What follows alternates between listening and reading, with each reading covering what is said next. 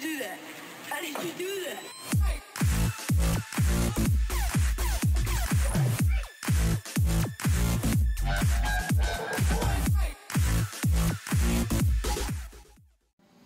Welcome back everyone to another ESO build video. Today I'm going to be showing you the burn build, the Magicka. Now this is an update from previous builds and previous patches of course, but this is an update for Horns of the Reach.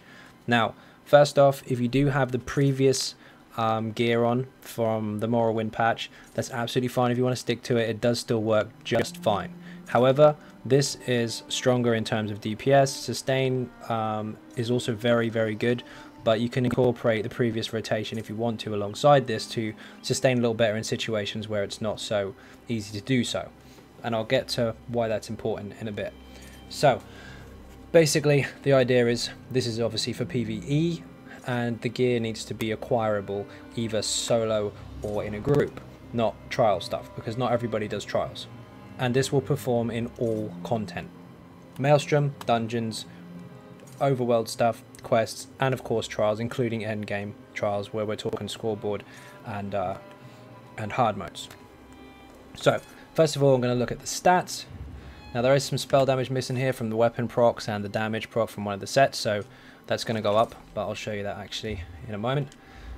Sitting at 46k max Magicka, 16.8k max health, 10k max stam, almost 900 recovery, and 2.5k spell damage with almost 60% crit. Now the spell damage is actually a little higher than that, so let's see if we can proc these two right quick.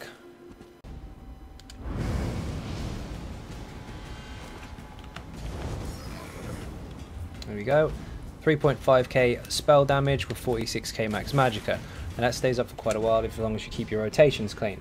64 points into max Magicka. We're using the Thief Munderstone to keep our crit high, otherwise we're going to hit about 49%, and that's not good enough, not for this particular build. And of course we're a stage 4 vampire. Stage 4 vampire, yes, you do take more fire damage, but you do take less damage everywhere else if you're low health, plus you have decent recovery, but we'll get to those in a second. So okay, we're going to do the skills out here because this is where some enemies are, and we can actually demonstrate some of the skills because we need to do damage to see how the damage and the heals are applied. This specific skill is a very high damage, single target damage of time, which lasts for just over 10 seconds of fire damage, I might add, but it heals you for 75% of the total damage inflicted. Now, it says when the effect ends. Strictly true, but it doesn't mean you have to wait 10.5 seconds for that heal. You can take that heal whenever you want. There's two ways to do that. One way to do it is for the target to die, which I need to find something quite small so we can show it off. Still doggy over here will do. Come here. So this one here, I'll put it on him.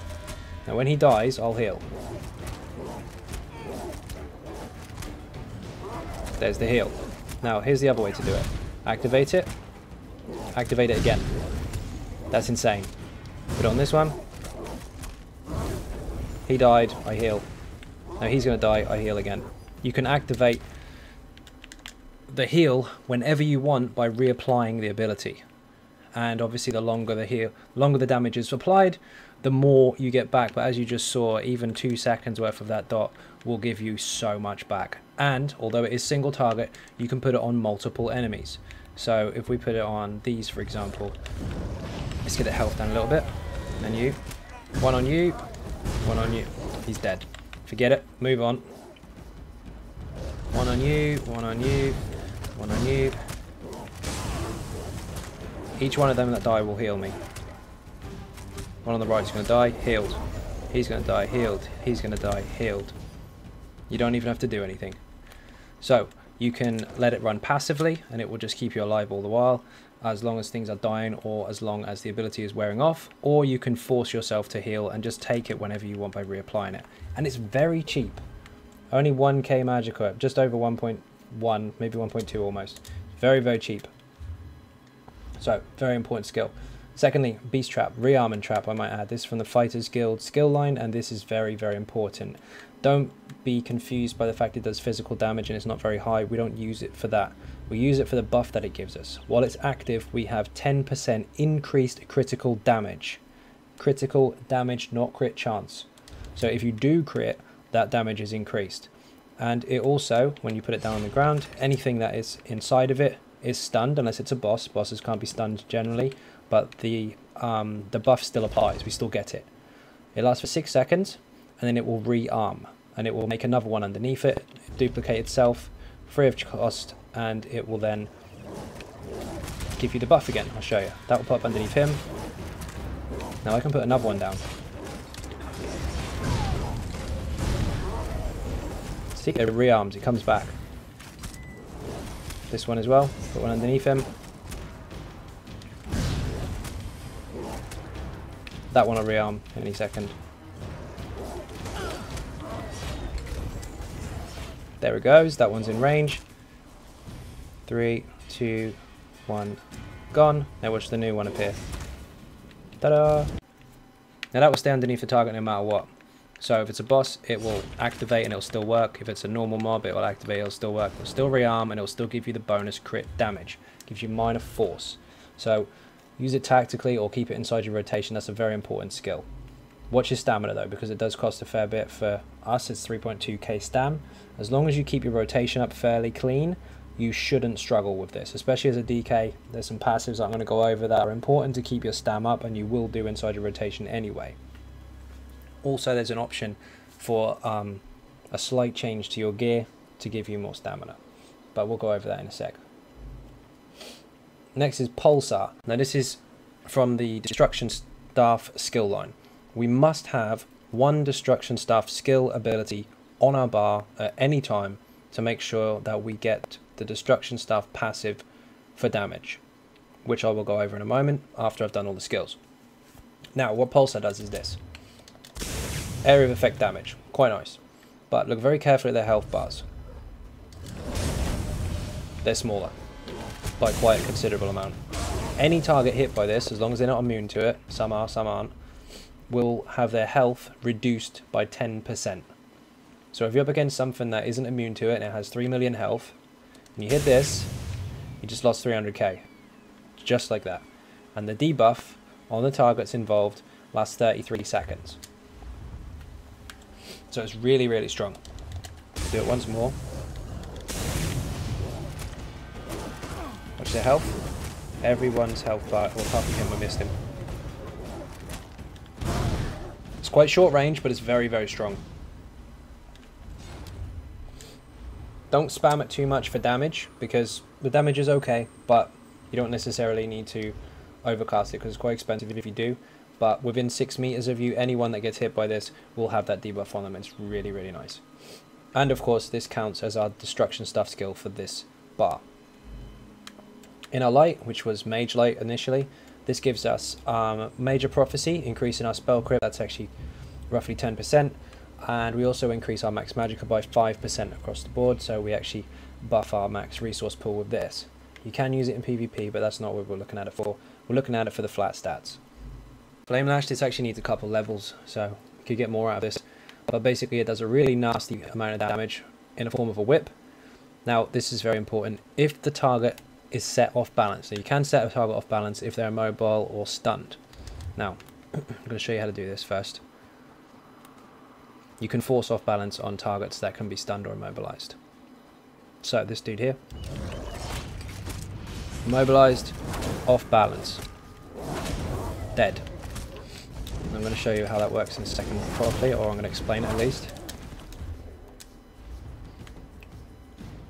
Immobilized or stunned, get knocked off balance with the whip. Now you'll notice that my skill bar, the logo or the item on it, or the image changed. That is because if they do go off balance, the off balance enemy or target now has a chance to receive an even stronger whip, a second one, which can heal you for a stupid amount of health, does more damage, and also is free. Now watch very carefully. Immobilized, off balance, watch the whip, watch my Magicka. It's free, it doesn't cost me a thing. That does, but the flip doesn't. So, if you're in a situation, for example, where you are with maybe a lot of Magicka sorcerers who are focused on doing lots of lightning damage, which one of my builds on my channel is, and also the Templar is as well, you will actually have zero problem with sustain. Because if everything is going off balance, your whips are free. As long as the target is off balance. See the symbol with the 2 eyes? Didn't cost me a thing. Now that is important for our rotation in a little while, but I will get to that. The other morph of this, by the way, is slightly stronger flat out, except for the off balance one, because there isn't the whip that happens with it afterwards. Don't have that. Instead, what you have is 100 extra spell damage to your Ardent Flame abilities, anything in this skill line here.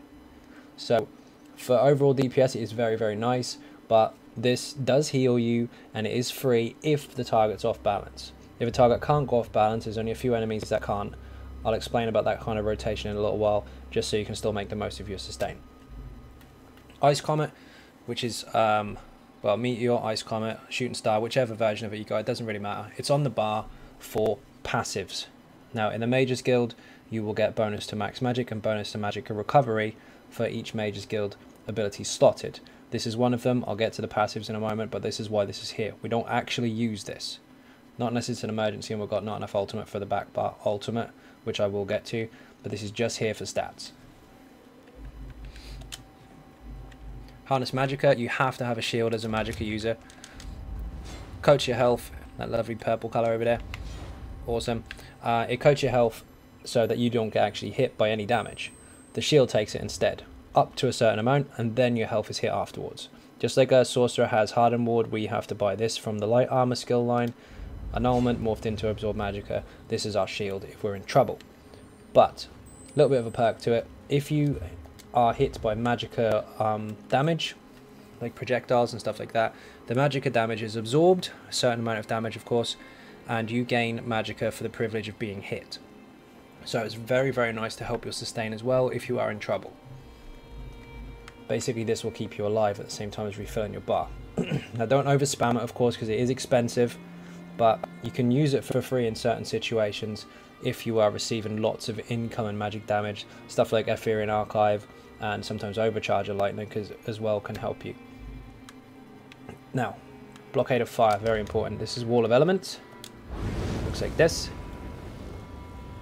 Morphed into Elemental Blockade. Lasts for 8 seconds, does a really good amount of flame damage. And of course, the enemies receive extra damage if they are burning. Now, in the passives, which I will get to, this causes burning anyway, so that's why this does more damage by default. But this is your bread and butter dot. This must be on the ground all the time. Any target you go up against must be inside this. Engulf and Flames, this is essential for a DK. Not only does it do a decent amount of flame damage over time for 10 seconds for anyone caught in that, but all of your flame damage on those targets is increased by 10%, and not just yours, everybody else's as well. So this is crucial. It's a debuff or buff for your group if you like, and it's a good damage over time ability. This one here, Flames of Oblivion, very simple. Activate it, lasts 15 seconds. Every 5 seconds, including the initial cast of it, will hit the enemy for around 7k damage. It actually does a lot more than that when it hits them, but it's very, very strong and very cheap to keep running. But also, because it is slotted, we gain Major Prophecy on this bar also. Just like this does for Mage Light, you can have this on the back bar and it will give you the same buff. Now, this doesn't give you max magic, so you will drop magic on your back bar. However, if you prefer and you don't want to make your rotations too complicated, you can drop this and just double bar Inner Light. It's entirely up to you. Now, Eruption, last one before the ultimate. Dot on the ground, anything inside of that takes damage every second. It's very, very strong, and it's got a very long duration on it as well. It lasts for 18 seconds, so we can actually use this once every 2 rotations. So we don't have to overspam it, we don't have to waste loads and loads of Magicka casting it every rotation. This is quite nice, and it's pretty strong as well inside Wall of Elements, because of course that and this together, the burning damage is quite nice. Wall of Elements is stronger. You've got 2 dots running now. The breath now makes both of those stronger. It's really, really strong. Finally, Standard of Might. This is disgusting. This is the ultimate you need to be using. Not this, not this. This is just for stats. You need to be using this. Drops a banner on the ground, does a stupid amount of flame damage every second, reduces the target's healing received and healing as well, the actual amount of healing and the healing received by 30%. Also improves all of your damage while standing inside there by 15% and reduces your damage taken by 15% and lasts 17 seconds. And your allies can take a synergy to chain all the targets on the spot, but this is a stupid ultimate, very powerful, and you should always be using it. It also helps for your sustain, but we're going to come to that in the passives in a moment. Have I got anything I can hit with it? In fact, have I got enough ultimate to fire it off? Yes, I do. Don't judge me.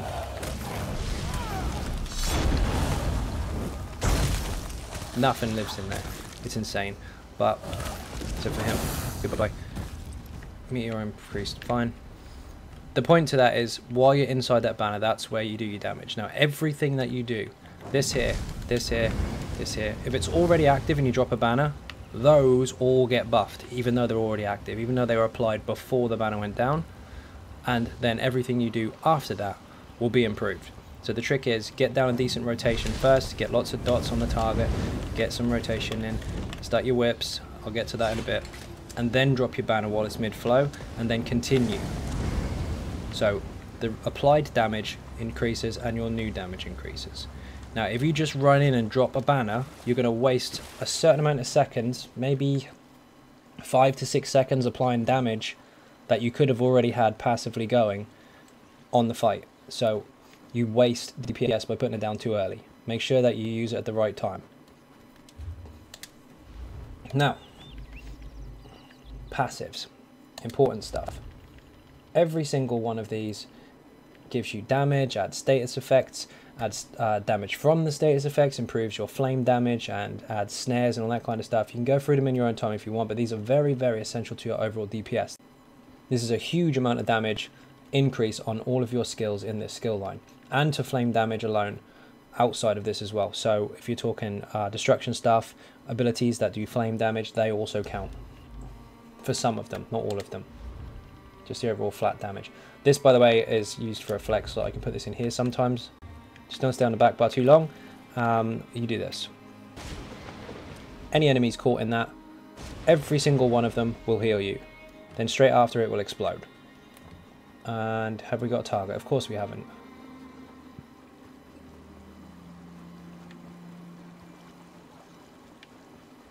Nothing to kill. Aha! You, come here. And you. Watch this. Do some damage to me. Or try to. Heal off of both of them. Boom. And again.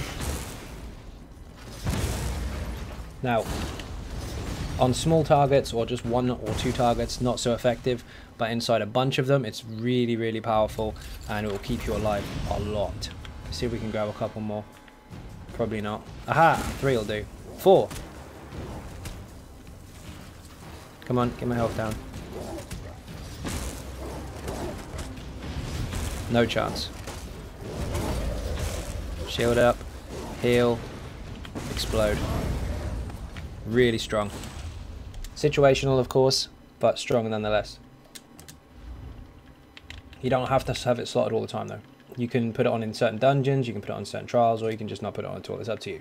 Also, it does interrupt the targets, so if you're in the middle of loads of enemies that are trying to do stuff that is interruptible, instead of having to bash every single one of them individually, you can actually just hit deep breath and it will interrupt every single one of them, as long as they're within range. Now, these two aren't so important because we're not using any heals, so you can ignore them if you want, but we do need this to reduce the amount of damage that comes in when we block, and you also need this to increase your spell resistance. Earthen Heart, these are ridiculous. You need these passives as soon as possible. If you're leveling up a Dragon Knight, you need to make sure that you get these passives as soon as you can. Maybe slot 2 or 3 from this skill line on your bar to help level the skill line faster, but you must get them. This increases your Earthen Heart abilities time, how long they last, whether it be a buff or a damage over time, doesn't matter, by 20%. The one ability that we do have on, which is Earthen Heart, excuse me, is this one, Eruption. Really powerful. Not only that, for activating it, you'll see that I got a buff near my food down there. That's minor brutality. That's not just for me, it's weapon damage, I know, It's 5% increase to weapon damage, but it's for 6 people, me and 5 others. So that's a buff to the group to start with. This ability that I just cast, obviously it lasts 20% longer. Battle Roar, any ultimate you use gives you 46 points of health, magicka and stamina back for every point the ultimate costs, which is why we use our most expensive one, the Standard of Might. It lasts 17 seconds, does loads of damage, improves our damage, and we get health, magic and stamina for activating it. Really important stuff. This one here, this is what I was getting to, the minor brutality buff we get from using one of the abilities, Earth and Heart, this one here. We also gain from the same passive 3 ultimate once every 6 seconds. We actually use it once every 18 seconds, but we gain ultimate no matter what every time we use it. And Helping Hands, this is what I said about stamina earlier when you have to block. 990 stamina for using an Earth and Heart ability. Now in certain situations you may need to block a little more than usual, and your block is going to run out. So what do you do? And we're using Beast Trap, of course. But while you block, by the way, your stamina doesn't recover. Watch this. I'm getting stamina back for using an Earth and Heart ability while I'm blocking. I can still use a Beast Trap. That's in my rotation. So I gain when I get to the back bar what I lose on the front. It's really, really strong. So Earth and Heart abilities are essential. These ones for damage, Ardent Flame for damage, this for defense, and this for your sustain. Now, Destro Staff. This ability here I normally morph into Crushing Shock if I need it, in maybe Hellrive, I need to interrupt Flame Shapers, or if I'm close enough I'll just use Deep Breath anyway. It's up to you. The Pulsar is already on. These are nuts. Fully charged flame heavy attacks are increased by additional 12%, so if you do need a heavy attack to get sustain back, that's fine, you will do more damage with it, but you need to get this as soon as possible. This one, of course, increases the amount of damage that you can do to a target because your abilities and spells go straight through 10% of the enemy's spell resistance, so you don't need to worry too much about penetration. Make sure that you can get close to cap inside a group, of course, but this also benefits for it as a flat out bonus before you even start. Increases your chance to apply burning, concussion and chilled status effects by 100%. Now, you must have the correct destruction staff equipped to be able to do this. We have a flame staff, so we benefit from burning. It's a status effect that can apply by chance. This isn't a 100% chance to do it. This is a 100% increase on what the flat percentage is. Now we do need to get a burn status effect running because of the sets we're using, but one of the ways to do that is Elemental Blockade. As I already mentioned, we're using the flame version of it, and if we use this, it deals additional damage to burning enemies, but our chance to have a high status effect on that ability is improved by this passive right here. So we already have a high chance to burn the enemy. Plus we deal flame damage anyway, which stacks and stacks and stacks and gives us multiple chances to burn the enemy. You'll see that when I show you the test in a moment. Flame Staff increases the damage done with your single target abilities by 8%. That's essential. You must have one Destro Staff ability slotted to do this though, which is why on the front bar we have this, on the back bar we have this. One on each bar. So whichever one we're on, we get that bonus. Now, I didn't mention this earlier, but this ability, single target. It's not a single target hit, but it is a single target ability. Also, our whip is a single target ability, and so is our Flames of Oblivion if we fit it here. So they all benefit from that bonus damage. Where are we? Final one in here. If you kill something with your Flame Staff or with a Destro Staff ability, you will gain 3,600 Magicka back. So, let's try and waste some magic, and I'll show you what that looks like.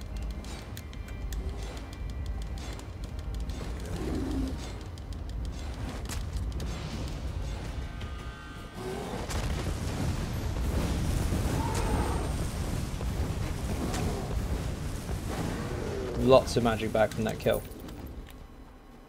Do the same on these guys as well. Make sure we only use Destro skills on them.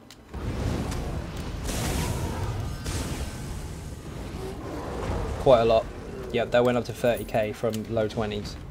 So, As long as they die to Destro skills, a Destro light or heavy attack or that tech, that will give you Magicka back. So that also helps with your sustain. Not so much on a boss unless it adds, there's ads of course, but for multiple targets it's really, really useful passive to have. You got to get all these at the end of the day. Make sure you get every single one of them. Light armor. This I'm not going to go through too in detail because obviously you can go through them in your own time, but basically it goes without saying that you use 5 pieces of light armor.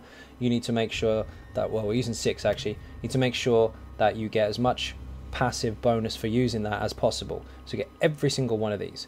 They help your sustain, your reduction to cost, your resistances, and as you can see it also grants you almost 5k spell penetration, which will increase your damage done. Medium armor, don't need those. Heavy armor, we're using 1 piece of heavy. This increases our resist. This increases our health recovery, which is useless because we're a vampire, but you do get a small amount of resources back every so often once you get hit, and this one is essential. 2 points in here. For 1 piece of heavy armor, we gain 2% to our max health. Why not? Don't want to be too squishy, and we already kind of are. Increases our magicka and stamina recovery by 10%, which is insane because it's free and we don't have to do anything. Just put the 2 skill points in here, be a vampire, job done. Need to be stage 2 or above. I'm always a stage 4, so I always have it. This here is essential. While you're under 50% health, you can take up to a maximum of 33% less damage. You actually get tankier the less health you have. Fire does more damage to us, yes, by 25%, but most fire is either fired at you or it's on the ground. So if it's fired at you, either block it or dodge it. And if it's on the ground, very simple, step out of it. That's not going to do 25% extra damage to you if you're not in it. Be careful. Use a shield. Get out of trouble. So, most damage like that is avoidable in pretty much every situation apart from a couple of executes on some bosses. But even then, your group should be fit for it, and so should you. And especially if you're low health, because although you do take more damage from it, you take less damage from everything else. Very, very powerful passives. Vampire is borderline essential in my opinion. Especially for PVE. Fighters Guild. This passive you do need. 9 ultimate gained every time you kill something that is undead, Daedra or werewolf. And you will be doing that pretty much all the time. So this is very, very important. Then of course Intimidating Presence, which reduces the cost of your stamina Fighters Guild abilities. We're using this. It costs stamina. We want to reduce the cost. Mages Guild. Everybody hates it, and you should, but it's essential. This here and this here are both on our front bar. 2 abilities. Get Mages Guild 10 as soon as you can. This will obviously reduce the cost of them. We're not actually casting them, so it doesn't matter. This will increase the duration. We're not actually using them, so that doesn't necessarily matter. This does, however. Increases your maximum magic and your magicka recovery by 2% per ability of the Mages Guild slotted. So 1 here, 1 here. 2% magic and recovery, 2% magic and recovery. I know this is 5% on the actual skill, but you gain a further 2 for it being there, so that's actually 7% there. Really, really strong and contributes to our max magic. Finally, you need this as soon as possible. Undaunted 9. Now, first of all, if you take a synergy, and you should be doing so, you will get resources back, health, magicka and stamina for doing so, no matter what it is. Then this. For each type of armor worn, you will gain 2% on all your resources, magicka, health and stamina. We're using 2 completely different types of armor, 1 heavy and 6 light pieces. So 2 different types, heavy and light. That gives us 4% stats across the board. And I'm being attacked. Why?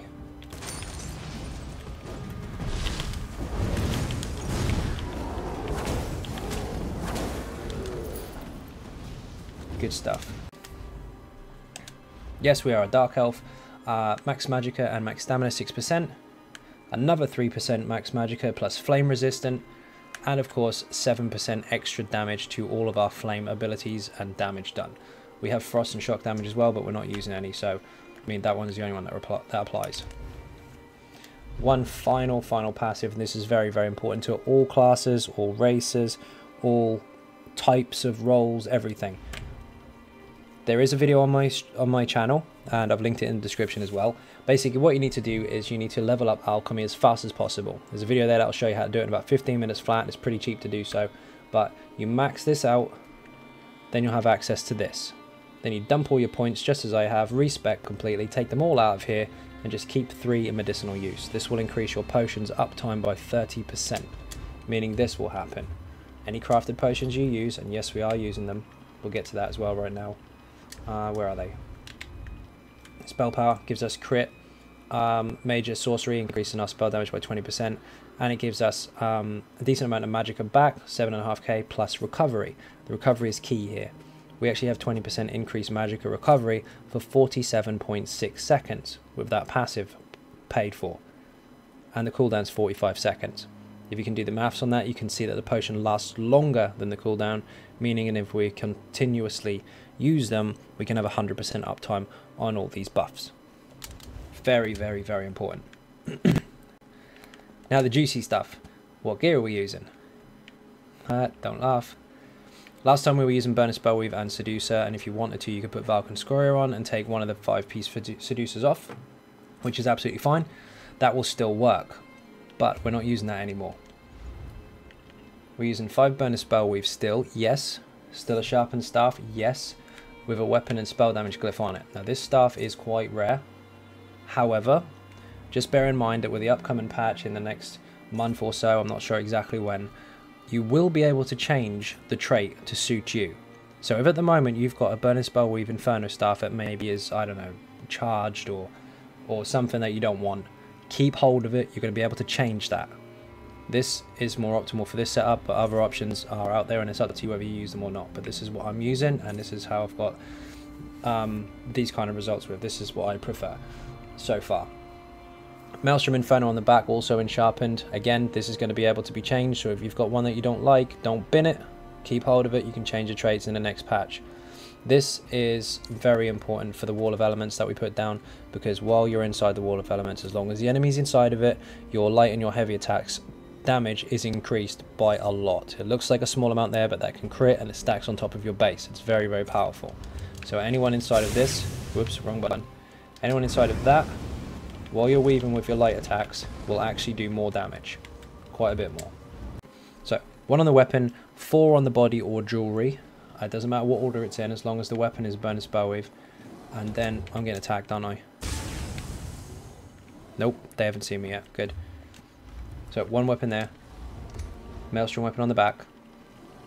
1 Grofdar heavy infused helmet, or you can use a Divine's shoulder.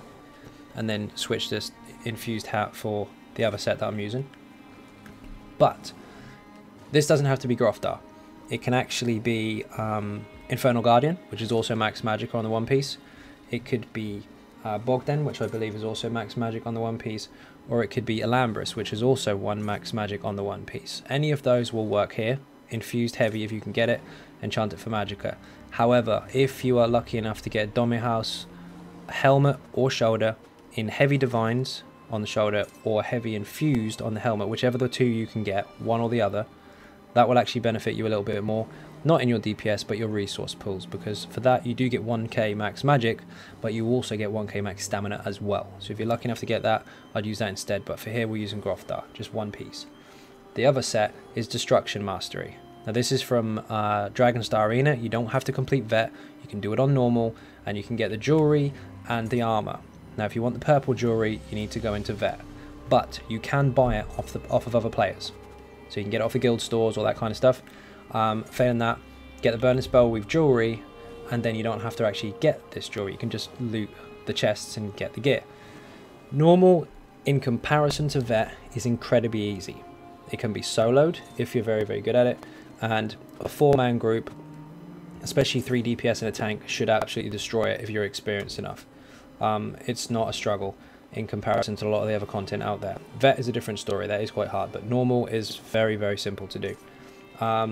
In comparison, if you want to gauge how difficult it is, it's the difference between, I would guess, Maelstrom. If you go into Maelstrom on normal in comparison to Vet, there's a big, big gap there. It's a lot easier to complete normal. Well, you can farm your optimal pieces in normal, so you're in safe hands there. So 5 pieces of this in any order, 5 pieces of Burning Spellweave in any order, as long as the staff is Burning Spellweave. It's very important that that's on our front bar. And spell damage on all. The jewelry. Divines on the small, infused on the big. Very simple. Now this obviously gives us max magic. This gives us max magic, spell crit, spell damage, and while you have a destruction staff equipped with your max magic is increased by 2,344. That's just for having a destro staff in your hand, which we do. So that's where the max magic comes from. Bonus spell weave is max magic, spell damage, and spell crit, just like the other set is for the 2, 3, and 4 pieces, although switched around a bit. Same stats. But when you deal damage with a flame ability, you have a 15% chance to apply a burning status effect to the enemy and increase your spell damage by 519 for 8 seconds. And that can be improved slightly depending on where your pieces are, whether they're gold or not, but it's around 500 plus for 12-second cooldown. So it can be up for 8 seconds, down for 4, and then can go back up again. It does have a little cooldown in between, but it's very, very strong, and that's where our additional spell damage comes from. And that's where we look at our stats, and we end up looking like we've got 2.1k potion on, 2.5k, but we don't. Let's get a burning status effect on these. You see it pop up in the buff timer as a little hand with a flame on it. I've killed him too quickly, shit. Try with him. There you go. 3.572. Now on a proper target where you're fighting with a proper rotation, all the rest of it, that is actually active a lot of the time. In fact, almost all the time, excluding the cooldown. But on those, they die too quick. I'm not going to stack this and this and this to try and get a status effect on them. You will get that on a target. So, what do we got now? CPs. I'll go over rotations and stuff in a bit. Okay, this isn't actually set in stone. You can change this depending on what situation you're in, what kind of groups you're in. Maybe you're struggling in some areas and not others. You can switch them around, but these are hitting certain jump points, so they are pretty optimal for where they are. So 9% in here, which is 20 points, reduces the damage taken against direct damage attacks.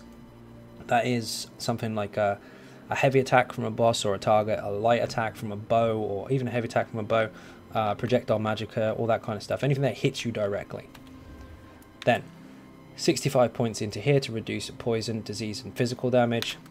65 points into here for flame, frost, shock, and magic damage reduction. And then 51 in thick skin to reduce any of that type if it's a damage over time further by 19%. 19 points into quick recovery to give us 5% healing received increase. So any heals that we do is boosted. Anything that we receive as a heal is boosted, whether it be from somebody else or us. This is very important also. 10 points in here will give you access to this. Now this means that if you res someone, and you should be, because people will die, you take less damage. So in certain situations, you could, for example, it's shit hit the fan time, you don't know what to do, everyone's dying, you need to res somebody, put some dots on something, put your burning embers on so that can tick over, shield up, res them. Now that heal's going to tick off in a minute anyway when you're mid-res. Your shield's already up, mitigating damage, and you mitigate more damage while resing by 15%. So you can kind of use it as a buff in some situations. Bit of an oh shit champion point passive is really handy. And that's it for that tree. 34 into Warlord to reduce the cost to break free. You will get stunned, you will need to do this. 75 points into Tenacity, meaning that a fully charged heavy attack will give you back an additional 14% max magic. Really, really handy. You will need to heavy attack occasionally. This increases your Magicka recovery by 14%. Now it's very important that you don't mess with these over 75. You can, of course, and go to 100, but if you do that, you're going to waste 25 points for 1%. It's not worth it. And underneath it says the next upgrade is 14.7. That won't give you anything at all. Unless you hit an actual percentage number rather than a decimal, you won't benefit from it. So the next actual 1 point is 15%. We don't want to waste 25 points. Put them here instead. 34 points into Tumbling means that if you do need to dodge roll, and you will, it's reduced by 14%. These last 2 points won't fit anywhere as far as jump points are concerned, so they will not benefit us in the slightest, so we'll put them somewhere where they will, and we reduce our block cost by 1%. It's a small percentage, but it's better than nothing in anywhere else. 48 points into Elfborn, giving us more crit damage. 64 points increases our flame, frost, shock, and magicka damage. Of course, we're doing all fire, so that increases that. This to give us more spell penetration. We are hitting quite high on the spell penetration, having sharpened, having light armor, having a destro staff, and having this here. So we're actually really good as far as penetration is concerned for ourselves if we're solo. Good for groups as well, and really good for trials. Master at Arms and Staff Expert. Now these are very important. 11 points into here increases our light and heavy attacks by 7%, and they're single target abilities, by the way. Master at Arms increases our single target hits, which is this as well. They stack together. So our light attacks, our Flames of Oblivion, and our whips, which is actually our main part of our rotation, we're whipping and light attacking all the time, is increased by a further 16%. Then we increase our damage over time abilities, our Floor Dots, our Breath, our Burning Embers by a further 17% as well. So these all are quite well balanced. You can go at 75 points, in Thaumaturge, so that you get the exploit passive, which will mean if a target is off balance, and they will be quite a lot, you gain 10% additional damage across the board, except for your heavy attack, which increases by 70%. But that is a passive that we get already. This just boosts it by a further 10. This, however, for all of your damage to be improved by 10%, I don't preference it on the DK. The reason being is we have to put too much in here and lose too much in here. So our dots that are running do improve, but our single target does not, because we'd have to take it out of here to boost it. So our main whips would lose a lot of damage. They'd gain 10% back if the target is off balance, but it won't be like that all the time. So this, for me, is a much more balanced setup and seems to do a lot more damage, even in an off balance situation. Now, I'm going to explain the rotation. Now, oops, bad start. What you need to do, first of all, is have your beast trap running, because that's going to start off the fight straight away. You need that down. You don't need to waste any damage putting it down. It doesn't pop for 1.5 seconds anyway. So you put that down first of all, swap to your back bar. Now you start your rotation with your back bar. So, Eruption first, light attack straight after, breath straight after, light attack again, wall of elements, swap bars. On the front bar, you light attack, and then burning embers.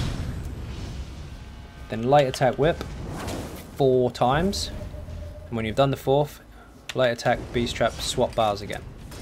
You're now on your back bar. Now you don't have to start again with Eruption, because this lasts 18 seconds. So instead of casting that, you just go straight into light breath, light wall of elements, swap. Same again on the front bar, light embers, light whip 4 times, beast trap swap. Now you use Eruption, then breath, then wall, then swap. So first rotation is that with the breath, with the wall, and then the swap. Then your front bar rotation, swap, no Eruption, breath, wall, front bar rotation again, swap. Now we use Eruption. You see what I'm doing there? Every second rotation you use Eruption. Otherwise, 1, it will get too expensive, and 2, you'll just overcast it. This is a very long damage over time. Your rotation lasts roughly 10 seconds, so this will fall off just as you get to the back bar for the second cast, or maybe just before. Maybe it'll last after, depending on how quick your whips are. Depends if it's off balance, because those whips are slightly faster. Now, I'm going to show you how that works. Have I got enough ultimate? I don't have any drain running, so I'm not going to do a full damage test as such, but I'm going to show you how to apply your damage. So, very important that you get the light attacks in. Notice the whip there, that one doesn't cost me anything. Back bar, no Eruption. Should be just enough time actually, because that back bar rotation is really fast. Now you use Eruption again. Breath, and banner, and wall. Continue. Now that rotation was with Eruption, so this one is not.